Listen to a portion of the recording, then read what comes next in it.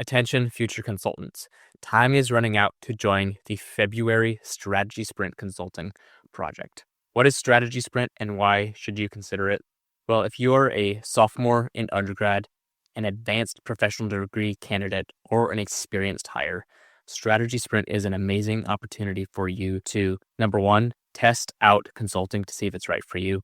Number two, add some amazing experience to your resume to bulk it up ahead of applications. And then number three, to get mentorship from a former McKinsey, Bain, and BCG consultant. Strategy Sprint is a 1-week virtual consulting project that works with your schedule, for your schedule, and is an amazing opportunity to bulk up your resume and gain new skills. Strategy Sprint runs February 1st through the 7th, 2025, and there are just a couple of spots left.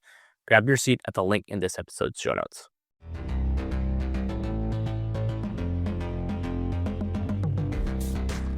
Strategy Simplified, welcome back to the podcast. Excited to have you today for this Bain interview demo. Now, if you've been following us for any time, you know that we regularly do these case interview demos, but today is not just that, it's also a fit interview demo. So the session features Tobe, who is a management consultant, case coach, and former Bain Associate Consultant. And he starts off by demoing what a Bain fit interview looks like with our candidate, Rashawn. So he has a couple of great fit or behavioral interview questions so you can see what this looks like. Next, he moves into a fun Bain-style case. You're going to want to pay attention, follow along with a pencil and paper, and see if you can crack the case alongside Tobe and Rashawn. Tobe loves working with candidates one-on-one to help them prepare for case interviews at firms like McKinsey, Bain, BCG, Accenture, Deloitte, EY, and more. So check out the links in the show notes to learn what it takes to work with him via one-on-one coaching. Let's get into the episode. Thanks, Rashawn, for joining us today. It's been great having you through the process. I'm just going to go through a couple of questions. And maybe, first of all, we'll start by looking through your CV and your journey. So I have your CV in front of me, so you don't have to regurgitate the entire thing. Maybe tell me something that's not on your CV and how that's drawn you here today. I think the part would be, and I think that's an interesting fact, is I've had the opportunity, to see the entire life cycle of a company. So, just coming in as an undergraduate, who doesn't know anything about supply chain or any companies. So, being the founding member of a startup, actually laying down the foundations for the supply chain, scaling it, expanding it, and then eventually, actually also, participating in the liquidation of the startup and up until the end point. I think, that's been an exciting journey, that the resume might not truly capture, but I think, that's truly been an awesome experience, in terms of learning, in terms of, honestly, just the experience itself. So I think that's something, that really goes a long way, to describe who I am. Okay, makes absolute sense. And I guess what triggered that journey from startup to where you are right now in front of us? So absolutely. I think, working in a startup, it's working with a lot of fires every day, working on a lot of problems and, iterating on your own. And I think, that's something that I've picked up in two aspects is, I've seen that side, we're working on strategy yourself, but, I really want to, work with excellent people, intellectual people, like-minded people. Who are, tackling that, those problems on a daily basis. And then, talking about those problems, I think in consulting, you have the opportunity to, work on exciting problems each day in terms of industry, in terms of even, whatever segment you want to do. So I think those two would be the reasons, working, with people who have more experience than me and learning from them. And then secondly, working with a myriad number of problems, to expand my learning. Okay, that sounds really interesting. So I'm going to give you a couple of questions, or probably just one each in this case because of time. So one to do with a past situation that you've been in the past and how you dealt with certain problems, and then a future-facing one, so a hypothetical one, for which you can also draw in past experiences if you want to use that as an anchor. So Rashawn, describe a time to me when you've had to work with someone who had a different perspective or opinion. How did you handle the situation and what did you learn from it? Perfect. I think, working in a startup, you get daily encounters, because you're working with this, diverse set of people. I think the encounter that I had, would probably be with the CFO. So the situation was, that I was leading the national expansion for Chuknu. That was a startup based back in Pakistan. As the person who was leading the expansion, we were actually deciding on, which of the fulfillment centers or, which cities we wanted to expand into. Eventually, the problem arose, that we were deliberating when we wanted to expand. So the timelines of the expansion, were up to question. I actually had a long-sighted approach where I actually wanted to make sure that we were able to, do our due diligence on the plans, see all the risks, see all the hiring timelines, and then actually incorporate. The CFO, based on a number of his perspectives, wanted that we expand, in the short term because they wanted to drive the revenue from another city. So I think that's somewhere, where the disagreement rose in one of the meetings where I was expanding and expressing the strategy plans. So I think the task at hand, was actually seeing the perspective of the CFO and, actually also delivering, what my perspective was. So based on that, what eventually I did after initial meeting where I, presented the expansion strategy was actually locking a one-on-one meeting with the CFO to understand, what their perspective was and, where they were coming from. Based on that, I was able to understand what exactly their ask was and, which obviously went along, with the broader strategy of, what the company wanted to achieve in the short term. I then, in that meeting explained my perspective on, being on ground, having, seen things, how meticulous planning would be able to, add much better results in the long run. Based on that, I did that. So the CFO asked me to draw up an exact Gantt chart or like a timeline plan on, how the exact each steps would go. I did that, worked on that extensively, built out several numerical models where I showed, how the short term and the long term would go, how the profitability and the revenues would look. Locked in another meeting, where we actually went back and forth on, several perspectives on the presentation. Eventually, what we decided to do was, that based on that, come down to a middle ground, where we actually not in the long run, but in the short run, a medium size timeline we were looking to expand. As a result, I think what we achieved was two things. The CFO in itself, had some more trust on the expansion strategy because of the meetings that I did with him. We were able to launch the fulfillment center, with a lot more meticulous planning. The rollout and the launch was super smooth, and eventually, we did increase our revenues in terms of launching a city. Okay, that sounds really interesting and impactful. So looking forward, hypothetically, imagine you were staffed on multiple projects across two partners, potentially across two geographies as well. So London, Amsterdam, this is actually possible, pretty rare, but possible. How do you prioritize delivering for clients to a very high standard while also making sure that you are checking in on your well-being? Perfect. I think, if you're staffed in two projects and, I'll just draw back, from my past experiences, working in a startup. So on a daily basis, you have to do a lot of, different things. So you have to handle the management stuff, handle the ongoing operation stuff. I think I would draw, from that experience. The first thing is to understand the nuance and, the kind of project that I'm doing at each location and each geography and with each partner and the kind of relationship that I have and the kind of role that I'm playing. Based on that, the kind of role that I'm playing in each project, I can sort of ascertain what kind of impact I have, what kind of value addition I can do, and what's expected of me. So I think considering those variable factors, essentially a project, which has maybe a shorter timeline, which has more expectations of me, and where I can add more value and more impact, I think that's the one, that gets the first priority. Other than that, then the second project just naturally follows along.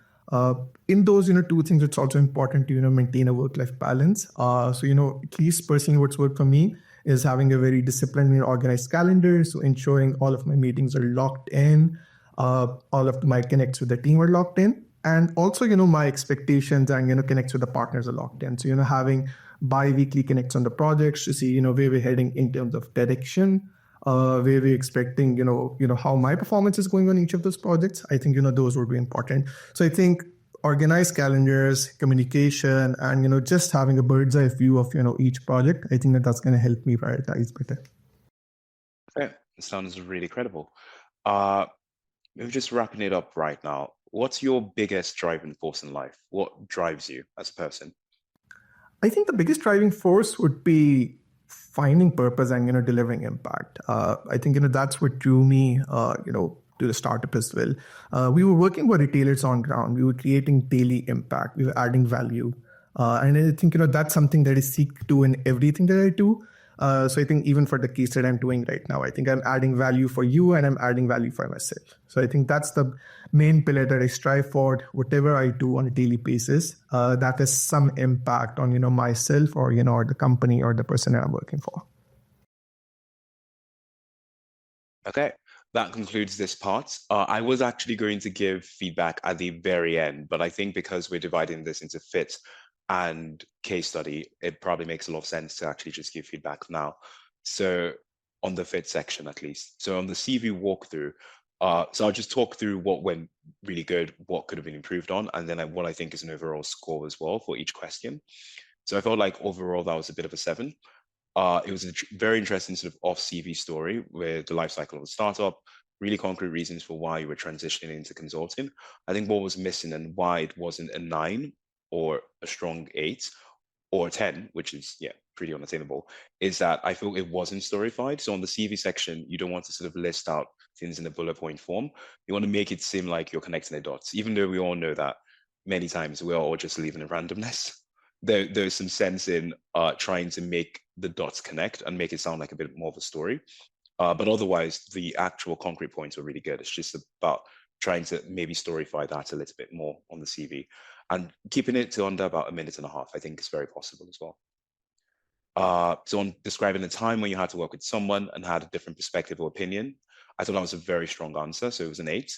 So what I liked about it was that I think you were highly structured. You clearly were using the STAR method. So for anyone who doesn't know, but I'm sure everyone on this call who's here probably knows, it's situation, so STAR, situation, context. You want to spend about maybe the first 30 seconds laying that down.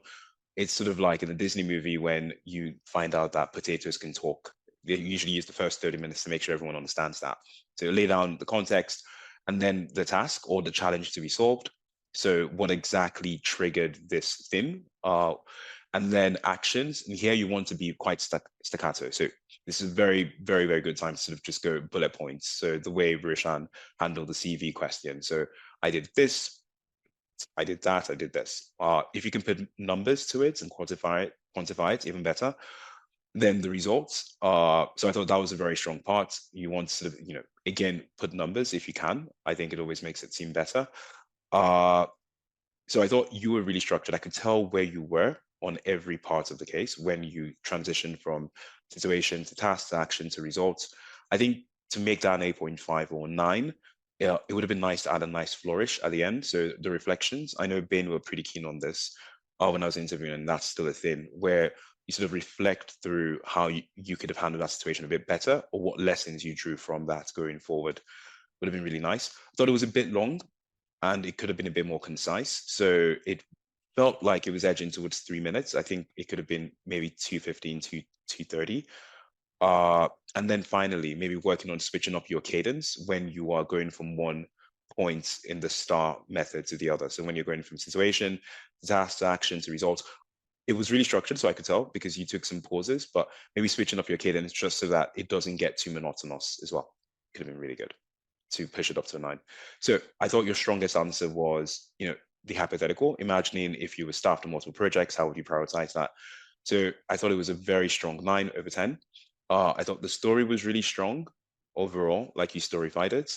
I think what you did really well there that a lot of candidates don't do is that they don't always borrow from past experiences, even when because it's a hypothetical situation. I think you always should borrow from past experiences.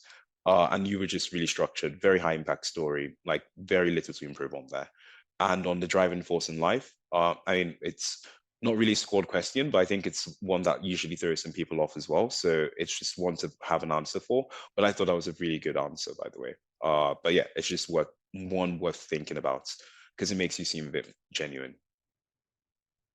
Awesome. So now we can transition to the case. There might be some questions. Please put them in the chat. I'll try to answer them at the end of the entire sort of case. So yeah, let me know if there are any questions and just put them in the chat. But now we can transition to the case. Awesome.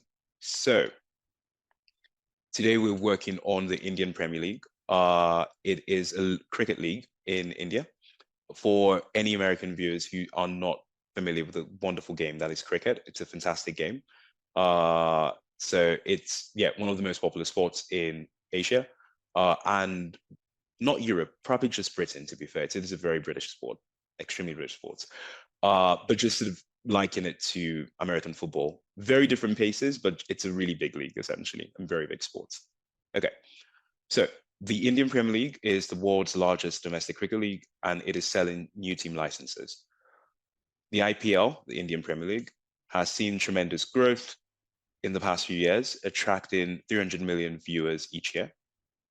Our client is a US-based private equity firm that is wondering if they should invest in this opportunity or not, and would love your advice. Perfect. Thank you so much. I think, someone from Pakistan, who has grown up, watching cricket, it does seem like an interesting business problem to solve. And, I've seen IPL, I was just, watching the recent test series. So, definitely an interesting problem. So, just so I have all the facts correctly, I think the situation at hand is, the IPL is settling out new licenses. We have a private equity firm, who wants to invest. And essentially, we want to see, whether that's the right move for them. Is that correct? Absolutely. Perfect. I think so. Just to get started, I have a few basic questions on, so essentially on the private equity firm, what do they mostly invest in? Is that something, they're doing for the first time, investing in sports? Or is that something they've done, previously as well? So it's a really good question. So our client has some experience, not in sports. It's the first time investing in sports, but some experiences with sort of not sports teams, but sport nutrition. Okay, perfect. That's great. Also want to understand, what the measure of success for this, acquisition or, purchasing of this license is. Do they want profit? What exactly are they looking for? So they're excited about the cross-selling opportunities that the acquisition can provide, overall including some synergies within their portfolio companies, and they would like to generate a 20% return minimum. Okay, perfect. And since you mentioned portfolio companies, do we have any other sports portfolio companies in their portfolio? Any what? Come again? So do they have any other sports companies in the portfolio? So no sports companies, but some opportunities to cross-sell products to a potential team they might buy because of sports and nutrition. Perfect. That makes sense. Can I have a minute to orient and see how I'd like to approach this problem? Absolutely. Take your time. Heads up, future consultants. If you're serious about breaking into consulting, but you know that you'll need all the help you can get, join our Super Prep program to change your chances. Check out the link in this episode's show notes to confirm your seat for the next Super Prep cohort. In Super Prep, we'll help you add business and consulting experience to your resume to fill in gaps through a 1-week virtual consulting project known as Strategy Sprint. These projects run once a quarter. Next, we'll help you integrate your new consulting experience into your resume and cover letter through custom edits by our MBB team. We'll help weave a compelling narrative through your resume and cover letter to display how your unique background and skill set makes you an ideal candidate for your target firms. From there, an MBB coach will build a custom prep plan for you and guide you through case and fit interview prep.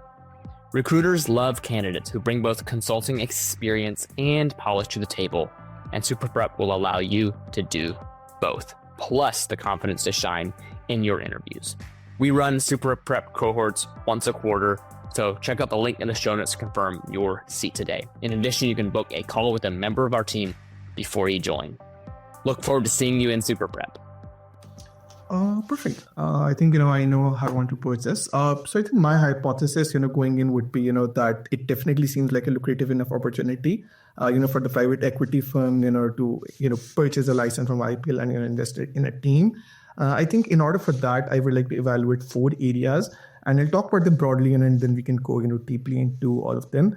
So I think firstly, I want to understand, the cricket and the IPL market segment in India. It definitely is, a huge segment.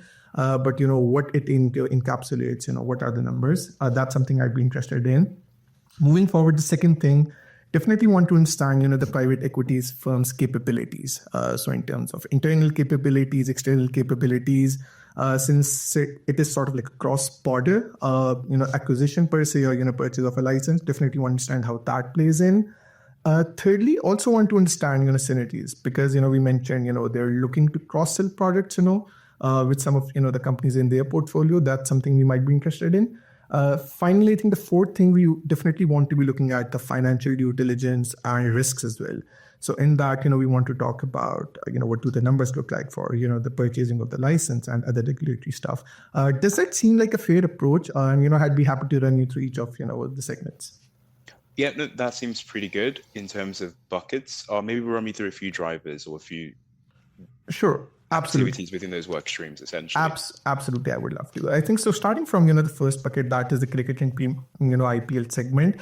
I want to understand what the overall market looks like in terms of advertising revenue, streaming revenues. What the revenues have looked like for the past teams. What kind of teams are there in the IPL segment, and what do their owners look like. What has the growth been like, for the past few years, and what does the growth look like, projected into the future? That's something I'd be interested in. What are the returns and the profits for other franchises? That's something I'd be interested in as well in terms of market. What kind of customers, do watch it? Is there also opportunity to cross-sell, our products to those customers as well? That's something I'd be interested in. In terms of firm capabilities, definitely want to understand, do we have the experience, to manage an IPL team? Would we want to partner with, another entity to actually run the operations? Who would be running the operations, for running the decisions? What does a sales and marketing, strategy look like? So, after purchasing this license, how do we want to go about it? I think importantly, you do have cricket expertise. I think that's most important as well.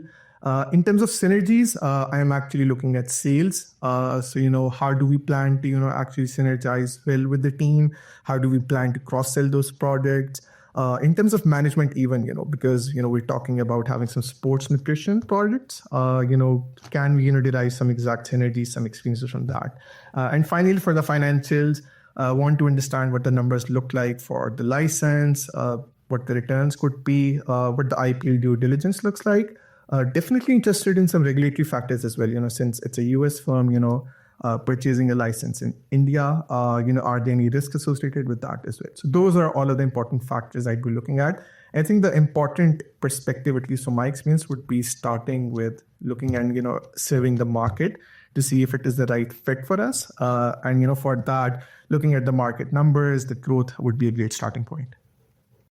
I think that's really sensible to start off with the market, but I want to take this in a slightly different direction. So if we're looking at potentially the valuation as well, we're obviously going to have to be looking at the projections in terms of cash flows, and specifically would want to project out revenue and want to project out a few cost items as well. You just run me through very quickly some revenue items that you would expect, and then some cost items as well. Sure. So I think based off the revenue items, definitely want to, I think, segment it off into, two broader strategies. The first, segment would be, categorizing it streaming or advertising. So something I think that's not from the team itself. And the second revenue segment, would be the cross-selling of the products. So in the first one, I want to understand, what the streaming revenue looks like, what the advertisement revenue looks like. Those would be important to understand. And secondly, I think in the important broader bucket, would be the cross-selling of the products. So in case we're able to invest, how much of the revenue we can generate from additional sales in a new geography. I think that's important. In terms of cost, definitely want to be, breaking it down into, some of the fixed and the operational costs. So fixed costs, we would be, the idea would be having an idea around what's the purchase of the license cost look like, in order to, maybe hire the team or set up a facility or set up an office back in India. What would that cost look like? And then be in terms of operation salaries, definitely want to understand you want to be hiring the right team for this. So a director, a strategist, the players themselves. So, IPLs, they're known for, paying the players a lot. So, what do those costs look like for the players? And essentially, what does it cost us to run, the franchise, on a yearly basis? I think those would be important numbers. Okay, that sounds very, very sensible. So I'm going to share an exhibit, and I'd love you to tell me what you see, walk me through some insights, and tell me what the average profit per team looks like as well for that exhibit. So just give me 1 sec, and I'll share my screen with the entire group. Grand. So if you can just have a look through that, run me through Perfect. what you've seen and what the average profit as well is. Sure. So I think based on this, essentially just orienting myself to the exhibit, we do see a bar chart, where there is multiple teams. So we have 4 teams. On a 3-year basis, we can see what the average profit per team has been. So based on the bar chart, we can definitely see a trend in terms of the average finishing position as well. That's what we have below. 1.3, 4.3, 3.3, and 1.7. So I think definitely interesting to see, the teams with the greater profit, they have the greater average finishing position. I think that's one of the initial conclusions that I can definitely draw. But I think I would love to, crunch some numbers, maybe on an average basis if you want me to. What does that look like per year, or, maybe for like one franchise as well? I would love to do that. Yeah, sounds fantastic. So I think based on that, we can definitely take an yearly approach. So just 1 second. Tobe, if you could have the exhibit up, I think that would be great in terms of the numbers, or, I could. No worries. Just give me 1 sec. Fantastic. Fantastic. And I think, the firm that I would like, or the franchise I would like to focus on, are maybe the Mumbai Indians and the Rajasthan Royals. I think, they have the higher average profits. So definitely want to understand, what their average profit has been for the 3 years. So I'll do it for the Mumbai Indians first, maybe. So we can see 2020 is 25 million. Then we have 30 million for 2021. And 2022 is roughly around 27.5.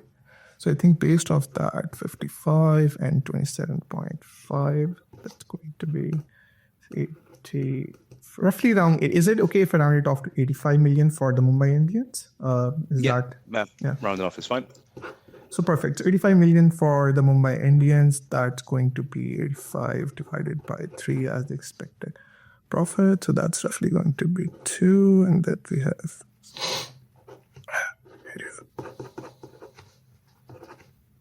60, 25, and then 24. So roughly around, I think, 28 million, that's the number that I'm seeing for the Mumbai Indians over the past, 3 years. And for the Rajasthan Royals, just judging from the trend, not crunching up the exact numbers, it does look like somewhere, in between 25 and 30. So roughly around, the same number, 27, 28 million. So I think, that's a fair, expected number that we're seeing, for the average, teams that are, placing high. For the teams that are placing low, I think the number would roughly ballpark around 17 to 18 million, as I can see from Kolkata Knight Riders or Punjab Warriors. So I think based on that, since we're a team that's coming in, as a new franchise in terms of expertise and players as well, we can roughly ballpark, what our profits would look like. I think that's the approach that I would, take. And essentially that would help us answer the initial question that we had, whether this makes a lucrative enough sense. I think so. To ballpark it around 20 million, I think that's the number that I have in mind. Is that a fair number to work with? I think that's fair if you assume that they're going to sort of be somewhere in the average, which I think is a very fair assumption. I think if you assume that they could invest and actually be a winning side as well, then you might want to benchmark that a bit higher. But I think that's a very fair place to start. So I'm going to show you another exhibit, and I want you to tell me what you think our client's bid should be as a result based off that exhibit. Just give me a couple of seconds, and I'll flash that up.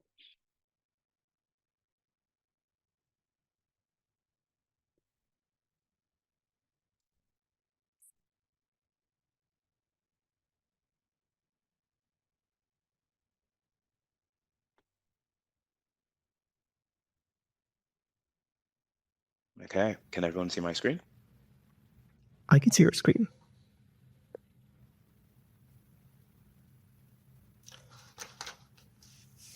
Okay, I think so based off the exhibit, initial thoughts, we're looking at 2 things, revenue synergies and synergy analysis.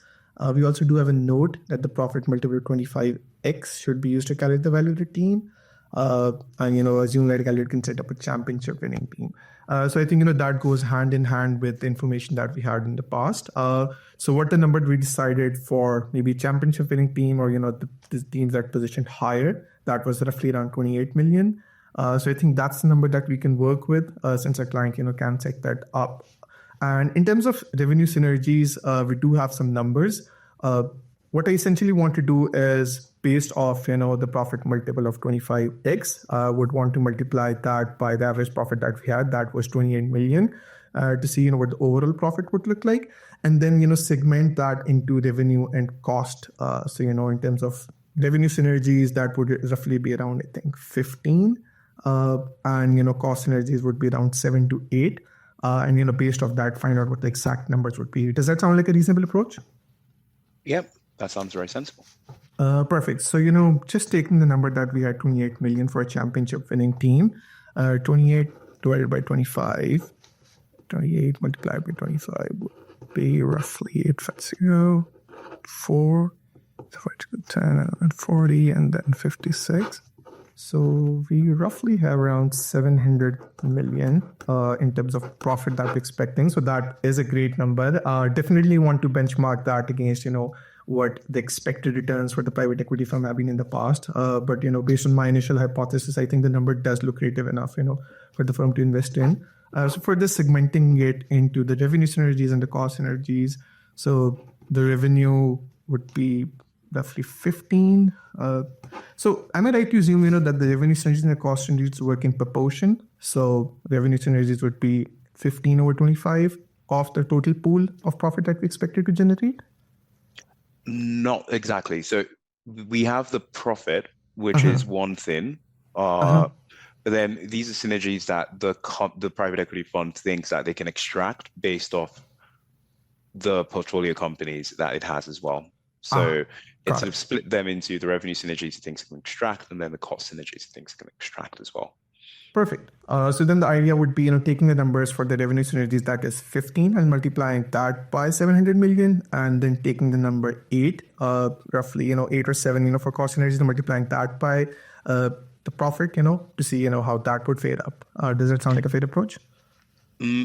So not quite, in the sense that I guess if you want to take the approach of thinking of yourself as a buyer, and you're analyzing a business, and you're trying to figure out what the value is to you. You want to, first of all, see what the profits are for the business. You want to project that out, because you're going to eventually use that to get the cash flow. But then you're thinking of the synergies as the sort of the extras, I guess, that you could also get from the business. So the additional revenue or the additional reduction in cost, which is also going to affect the profit as well. So I guess on the one hand, you have the standalone profits without synergies, and now you have the extras that you think you can extract because of synergies. So where would you like to go from there based off that information? Perfect. So I think definitely would want to understand the drivers, for these revenue synergies and for the cost synergies. I think that would be important to understand. Absolutely. And that's work that you would do maybe for phase 2. So for now, let's maybe just stick to calculating based off all that information, what you think a reasonable bid would be. And then we could maybe expand on that in phase 2. Perfect. That sounds great. So I think in terms of, what an average or a good bid should look like, we do have a profit of 700 million. My understanding of, bids, even for acquisitions or, for licenses. So we definitely want to understand what the historic trend has been in terms of profit multiplied by maybe what the multiple is, for the different franchises. Do we have any information about that? Or, I can just assume, what that multiple would look like. So on the multiples case, let's look at the footnotes. Maybe. So we have profit multiple of 25x. Yep. And we've applied that to the operating profit that you think is attainable. Yep. Have we added the synergies as well to that? So we can definitely do that, I think. So 700 million was the number that we had. Adding the revenue synergies would be, 15 million, roughly. And, just adding the cost synergies, that's 7 million, roughly, looking for the numbers. So that's 722 million in terms of the average value that I'm expecting, pay after adding the synergies. So I think, that does sound like a reasonable, profitable bid, that we could expect for the license. Okay, let me stop sharing. All good. So just to recap again where we are. So in terms of the bid you are suggesting the client goes for, what number is that? 722. 722. Got it. Okay, fantastic. So moving forward, the client has just walked in. They're private equity clients, so they are usually short for time. They would like a recommendation based off the case prompt, and they have about a minute or so before they need to dash off. Perfect. Can I have a minute to synthesize my thoughts? Absolutely. Do you want to work for a fast-growing M&A consulting and advisory firm? Then Palmtree is the place to be. Palmtree is a firm that's experienced incredible growth in recent years, even in the midst of the global economic slowdown, and hiring just keeps marching on. If you're currently an employee at a top accounting or advisory firm seeking to break into the M&A industry, or you're a student interested in learning about the M&A lifecycle, consider Palmtree. Join the firm's upward trajectory and help shape the future of M&A advisory. If interested, learn more and apply on the firm's careers page, palmtreellc.com, or you'll find the link in this episode's show notes. Perfect. So I think our recommendation to the client, the private equity firm, would be to go ahead and purchase a license in the IPL. For that, we've calculated average profits, and 722 million, does sound like the number that we would be expected to pay for the company. But based on a year basis, we will be able to draw back those profits after finding out our expenses. There are some risks associated with it. Most importantly, regulatory risks, in terms of expanding into a new country. But that can definitely be mitigated, by setting up a meeting with the IPL team to see, how our teams and how their legal teams can work to mitigate those. In terms of next steps, definitely want to be sitting down with the IPL chief, to be showing our interest, projecting our, financial proposals to them and seeing where it takes them. And I would definitely love to help you with that. Okay, so that marks the end of the case, and I'm going to be giving feedback in detail. So just give me 1 sec. Fantastic. Awesome. So can everyone hear me? Great. So generally, like overall feedback, Rishan was a very strong candidate. So starting with the fit, he was a strong candidate with the fit. I think that was probably like a pass through. On the case, he was a strong candidate, but made some mistakes, especially around the maths and the insights, that might stop him from advancing from a round 1 to round 2. So this is sort of very much a round 1 type case in terms of level of difficulty. But I think he was great overall, and I think extremely bold and confident to do this, and really good because there's parts where he really excelled in and parts where he dipped, which is great for the advantage of you guys because I can sort of go through what's good and what's not good and how you can improve on that as well. So the way I like to give feedback, usually when I case, I type and I'm scoring based off metrics. So what I'm judging, or on what every interviewer generally will be judging based on. So I give a score 1 to 4, 1 being, very poor, 4 being excellent. It could obviously be above 4 if it's very commendable, and then comments as well. And I usually send these via email so that you're having a track of every single case, the case name, the dates, and then the exact feedback in very granular form as well. So starting with the first metric, case recap, very important.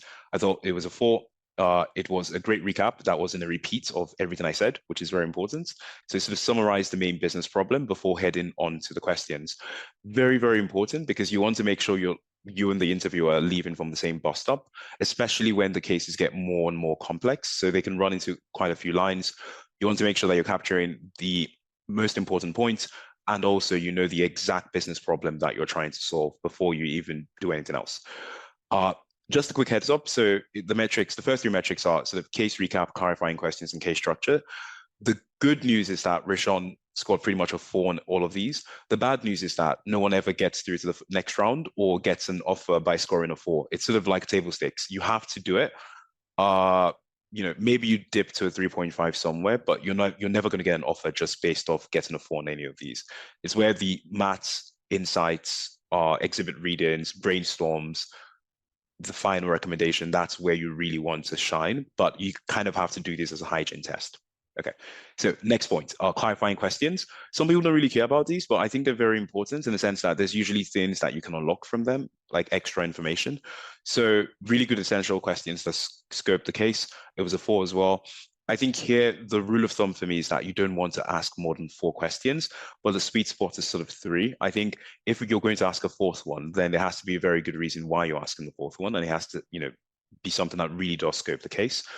There's a list of questions that you almost always want to ask, and I think Rishon did well there by sort of asking, is there a financial target they're trying to reach, for instance? Anytime there's an investment case, you want to ask that.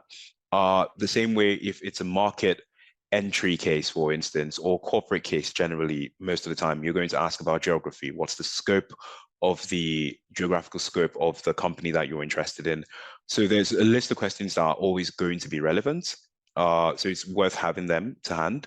I think Rishon could have probably asked one more question. Like, he was impressed with time, so he could have asked one more question, potentially around the business context. And here it could have been the fact that there are three new team licenses. He could have asked if there are any other bidders. So if this is a competitive round, or if it's pretty much his clients is the only game in town, essentially. That could have helped maybe add a bit more context to his structure. Brownie point is that after asking each questions, it shows a lot of maturity and polish, I think, just give a very short rationale as to why you're asking the question. So the way I sort of think about it is that if you had a new case and your manager or your principal sort of gives you this extremely vague case you're handling, the clarifying question is a way to structure that, to make sure that you scope the case so that you know what not to look for, which is as important as knowing what to look for as well. But when you're asking the questions to your manager or your principal, you sort of want to give a short rationale as well, just so that you're not just shitting from the hip. So I think that's a really good brownie point to add as well. Okay, so on the case structure, 3.5/4, so sort of borderline, good, definitely not going to knock it down. So commercially sensible buckets, which are very important. You don't want to sort of boil the ocean. You want your buckets to be as aligned in terms of importance to the case prompt. And I think Rishon did that very well. I think the drivers under those buckets were good, and they were well explained as well. I think in terms of the communication style, it was pretty good. I could tell when he was transitioning from one bucket to the other. So not much to really push on there. Why isn't it a slam dunk 4? I think he could have added a bit more on valuation straight off the bat. And that the fact that he didn't do that also showed up in the calculations towards the end. So we'll talk about that later. But it's an investment case, whether it's a private equity investor or a corporate investor, you always want to sort of bring out valuation as a bucket. And then under that, sort of explain, well, to get the valuation, you're going to have to project cash flows, but you're not going to do that in a real case most times. So you want to just talk about revenue drivers, some cost drivers as well. You don't have to list all of them out, but I think listing some of them out shows a lot of commercial sensibility. So you definitely want to do that. And that's probably why it wasn't a straight 4. But the whole point of a case structure, essentially, because when I was prepping for Bain, I always thought, why do we always do this? Is it sort of something you have to do? In reality, when you're actually in consulting, your case structure is essentially the case plan. So it actually makes a lot of sense to sort of see how you would scope out a case. And each of those buckets are essentially work streams that a consultant will have autonomy over. And then the drivers under that are things that consultants and maybe AC, so analysts, would also have autonomy over as well. So a consultant could hold 1 or 2 work streams. Maybe the principal holds, another work stream, and then overlooks the entire case. And then the drivers are things that you would literally tell people, go look at this. So go figure out, what's happening with revenue, go figure out what's happening with cost, go figure out the impact of this risk. So it's actually quite important for those who thought it was useless. I was one of those who thought it was useless before I actually started working in consulting. Okay, so on to the fun part. Case Math and Insight, the first one. I thought he did an excellent job in the first one. So it was a 4/4. Great quick insights off the bat, which always sets off really good momentum. And he was generally very confident in communicating problem approach. He got the maths really quickly. He noted that there was a segmentation between the really good teams and what their profit was, and then the less than stellar teams and what their profit was as well. So he noticed the segmentation, which is very important. You always want to look out for segmentation. He did the maths really well. He communicated the approach before doing the maths, which is so important because One, it's just a better way to structure things. Like it's the right precedence, and consultants are obsessed with, order of things. But then two, had he screwed up the maths, which was hopefully unlikely because it was pretty straightforward maths. But if it was more complex maths, like a round two and a very deep operational case, I would have probably given him the benefit of the doubt because he structured the problem very well. And I would be able to tell where things went wrong. If you don't structure the problems well, and yeah, I would definitely come back to you once I finish this, I promise. If you don't structure the problem well and you don't communicate the structure and you screw up the maths, then you're totally toast. Like you're pretty much not finished, but you're going to get points deducted. So you definitely want to structure the problem before then going on to do the maths. So lots of candidates talk about how, sometimes they're really good at insights, sometimes they're not. And the truth is that there is a way to be repeatably good at insights. So the structure, the formula I usually go through is 1, 2, 3. So 1, talk through what you're seeing. So take a bit of a deep breath and tell the interviewer that you want to talk through what you're seeing for the first 30 seconds. It's a way of getting the panic out from your head. And you usually will probably see something that's interesting.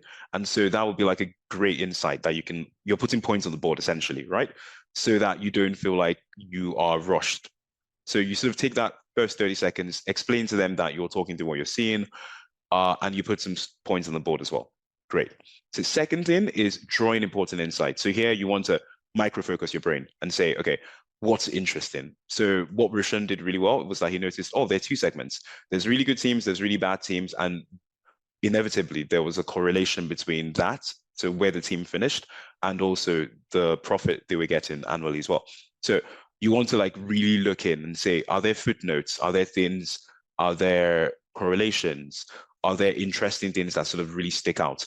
And here you also want to link. So you want to link what you're seeing to your case prompt. Like, is there anything from the case prompt that would make this exhibit more interesting? And you want to link to prior exhibits as well. So if you've already had an exhibit or a few exhibits, and you've gotten some really interesting insights there and answers, you want to link it to what you're seeing as well. So here's where you take your time to really put everything together.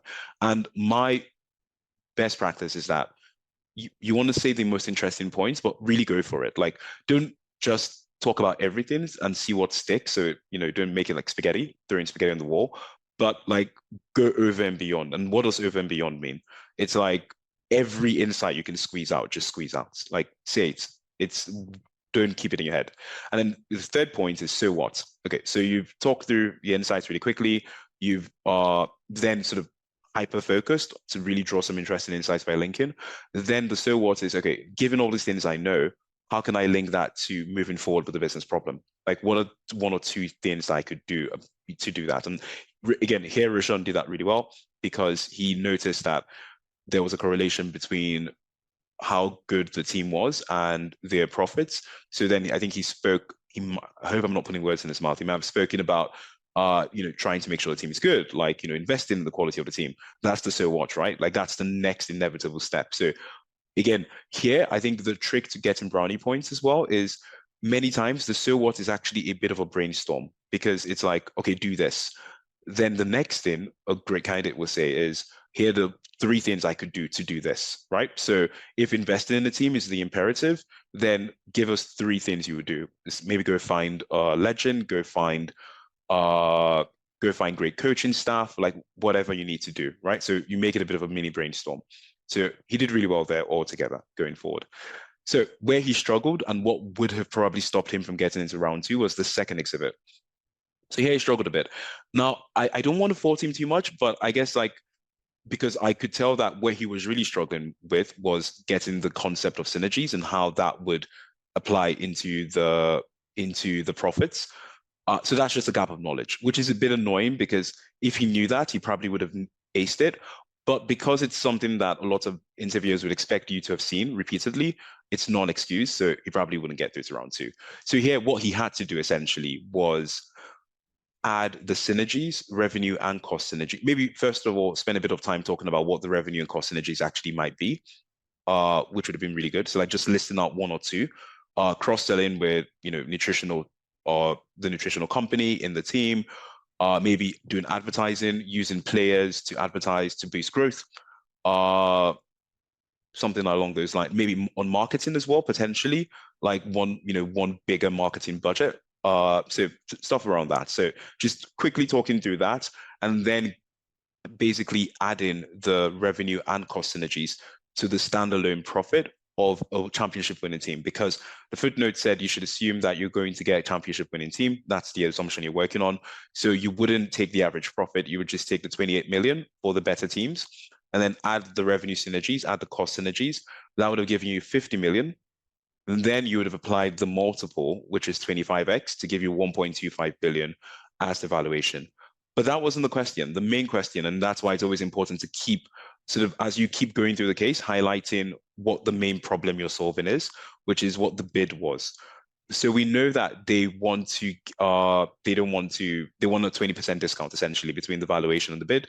So you then have to take that 1.25 billion and apply 80% to it to get the actual bid. So if it's valued at 1.25 billion, they're going to be bidding somewhere around 1 billion. And then that's it. You pretty much crack the case.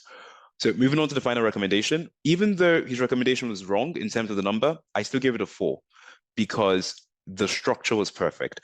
And this is one of those places where you don't want to be a hero. You can add flourish, but you need structure. And the structure is basically, you can spend the first 5-10 seconds recapping the case and what you have to solve, or you can just go straight into the recommendation. That's fine as well. But very firm recommendation, like high conviction. This is exactly what we want to do. Consultants are paid for conviction, even if it's borrowed conviction. So you don't want to sound like you're sitting on the fence, essentially. So recommendation, supporting data, 1, 2, 3. So here I advise going for 2 to 3 points.